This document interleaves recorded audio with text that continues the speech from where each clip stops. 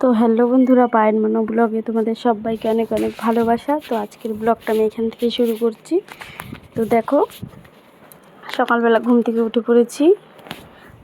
আজকাল না অনেক সকাল সকালই রোদ উঠে যায়।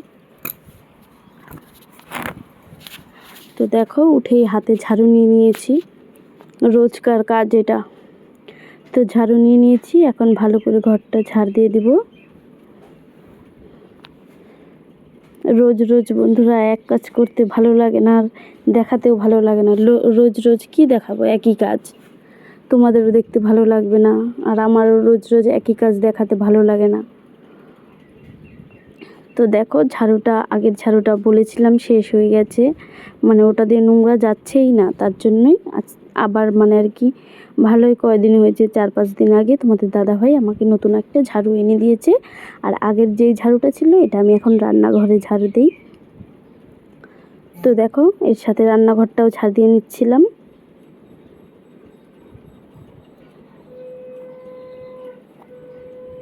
এত রোদ উঠেছিল বন্ধুরা, আর এত গরম ছেড়েছিল, ভালোই লাগছিল না গরমে। তাও ধরো আমাদের বাড়ি গ্রাম এলাকায়, তাই আমাদের এরকম গরম লাগে। তো যারা টাউনে থাকে, শহরে থাকে, গাছপালা বেশি নেই, শুধু বাড়ি বাড়ি, ঘর ঘর, তাদের কীরকম লাগে গরমে। আমার একটা মাসির মেয়ের বিয়ে হয়েছে কলকাতা কল্যাণীতে। তো সেইখানে ফোন করে আমাকে, বলে কি এত গরম, এত গরম, তোর তো তাও গ্রামে বিয়ে হয়েছে, ভালো হয়েছে, আমার যে এখানে বিয়ে হয়েছে, আমি তো গরমেই মনে হয় মরে যাবো, এত গরম। তো আমি বললাম ঠিকই আছে, আমি শহর পছন্দ করতাম আর তুই করতি গ্রাম পছন্দ, তো তোরই শহরে হয়েছে, আমারই গ্রামে হয়েছে। তো এখন গ্রামে থাকতে থাকতে আমার আর শহর ভাল লাগে না বন্ধুরা, আমার গ্রামেই ভাল লাগে। তো আমাদের বাপের বাড়ির ওইখানেও এতটা গ্রাম না, আমার শ্বশুরবাড়িটা যতটা গ্রাম, আমার বাপের বাড়িটা অতটা গ্রাম না, একটু টাউনই আছে। তো তাও আমার ভালো লাগে না।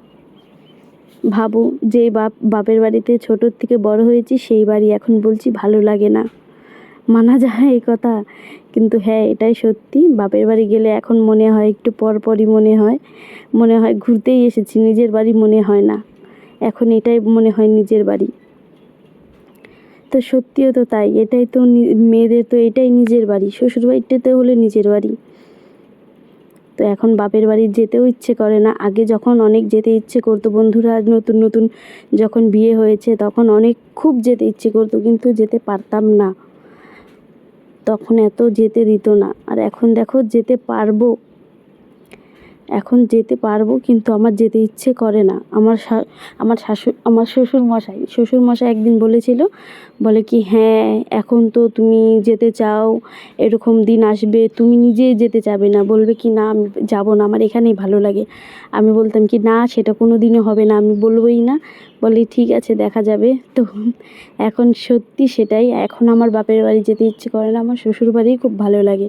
তো দেখো, তোমাদের সাথে গল্প করতে করতে আমি রান্নাঘরটা ঝাড় দিয়ে লেপে, গোবর মাটি দিয়ে লেপে সেখান থেকে চলে আসলাম। দেখো কলের পাড়ে, দেখো বন্ধুরা এত বাসন। আমি তো মোবাইলে দেখাচ্ছি তাড়াতাড়ি হয়ে গেছে, কিন্তু তাড়াতাড়ি তো হয় না, অতগুলো বাসন মাজতে কতক্ষণ টাইম লাগে।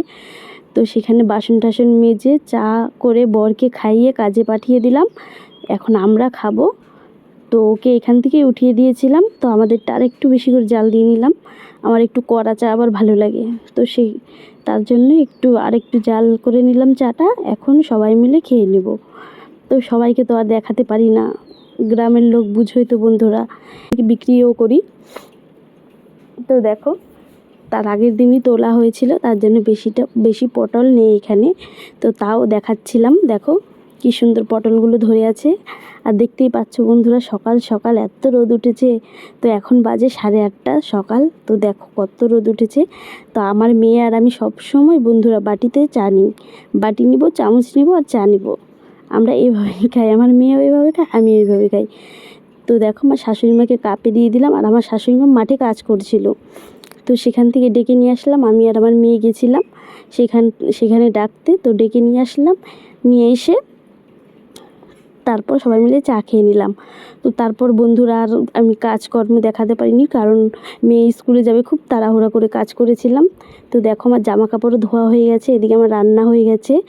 এটা দেখো পটল দিয়ে মশলা পটল করেছিলাম, ডিমের অমলেট দিয়ে তরকারি করেছিলাম আলু দিয়ে, আর ওটা প্রথমে যেটা দেখালাম সেটা হলো ডাল পোড়া। ডাল পোড়াটা খেতে যা হয়েছিল বন্ধুরা, আর ঘরে দেখাচ্ছিলাম আমার বিছানা তোলা হয়ে গেছে, আলনার জামা কাপড় ভাঁজ করা হয়ে গেছে, ওগুলা বলার মতো না, খুব টক ছিল।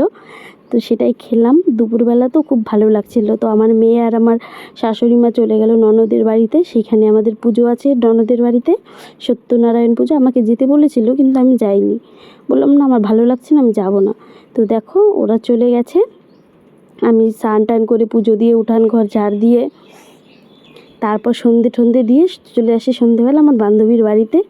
তো সারাদিন বাড়িতে একা একা থাকি, ভালো লাগে না। তো বান্ধবীর বাড়ি আসছি, দেখি বান্ধবী করছে রান্না, বান্ধবীর মেয়ে করছে কান্না। তো ওর মাসি ওকে দুধ খাইয়ে দিচ্ছিলো।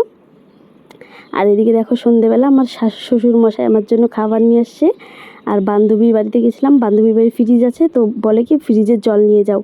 তো ফ্রিজের জল নিয়ে গেলাম, আর আমার বর দেখো রাত করে নিয়ে আসছে আমার জন্য আইসক্রিম। তো আসতে একটু লেট হয়ে গেছে, তার জন্য আমি খুব রাগ করেছিলাম। তো দেখো আমার মুখটা দেখেই বুঝতে পারছো আমি অনেকটা রাগ করেছিলাম। তো তাও কি করব বন্ধুরা, অন্য খাবার হলে খেতাম না, কিন্তু যেহেতু আইসক্রিমের সাথে তো রাগ করে থাকতে পারবো না। তো তার জন্যই দেখো আইসক্রিম খাচ্ছিলাম।